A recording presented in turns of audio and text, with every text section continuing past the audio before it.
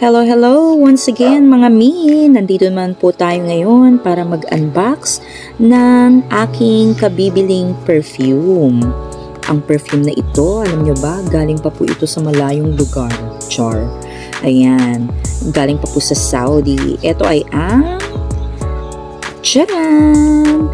Amirat Al Arab. Ayan. So, tingnan nyo naman.